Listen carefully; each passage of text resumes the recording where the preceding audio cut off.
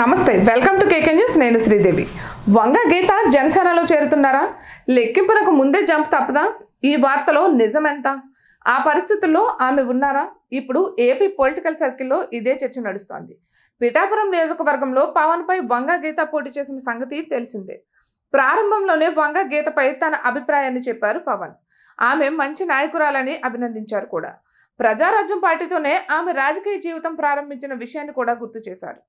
ఆమె జనసేనలో చేరుతారని కూడా ప్రకటన చేశారు. అయితే ఇప్పుడు దానిపైనే పెద్ద దుమారం రేగుతోంది.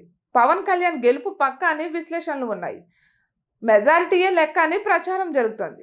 సరిగ్గా ఇటువంటి సమయంలోనే వంగ గీత పార్టీ మారుతారు అన్న ప్రచారం ఊపందుకోవడం విశేషం. ఈ ఎన్నికలకు ముందే వైసీపీ నుంచి టీడీపీలోకి భారీగా చేరికలు పెరిగాయి. పై స్థాయి నుంచి గ్రౌండ్ లెవెల్ వరకు చాలా మంది నేతలు పార్టీ మారారు.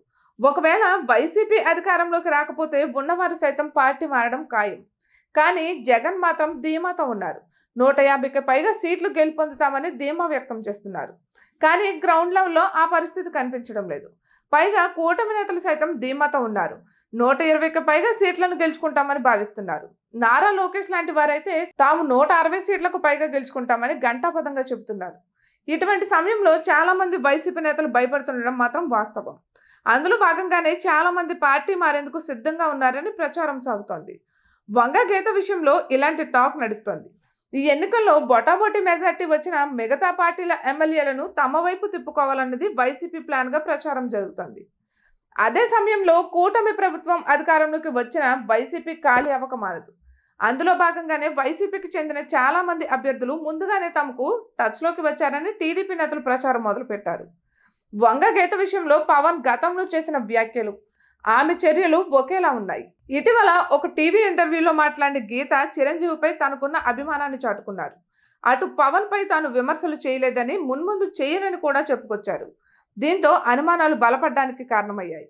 రాజకీయాల్లో ఏదైనా సాధ్యమై కాకినాడ ఎంపీగా ఉన్న ఆమెను అయిష్టంగానే పిఠాపురం నుంచి పోటీ చేయించారని ప్రచారం జరిగింది. వైసీపీ అధికారంలోకి వస్తే డిప్యూటీ సీఎంతో పాటు కీలక పోర్టుఫోలియో కేటాయిస్తామని ఒప్పించారని సమాచారం. అయితే పూర్వాశ్రమంలో ప్రజారాజ్యం పార్టీతో, చిరంజీవి కుటుంబంతో గీతకు అనుబంధం ఉంది. ఎన్నికల అనంతరం కూటమి ప్రభుత్వం అధికారంలోకి వస్తే ఆమె జనసేనలో చేరడం ఖాయమని పిఠాపురంలో ప్రచారం జరుగుతోంది. అందులో వాస్తవం ఎంత ఉందో తెలియాలి.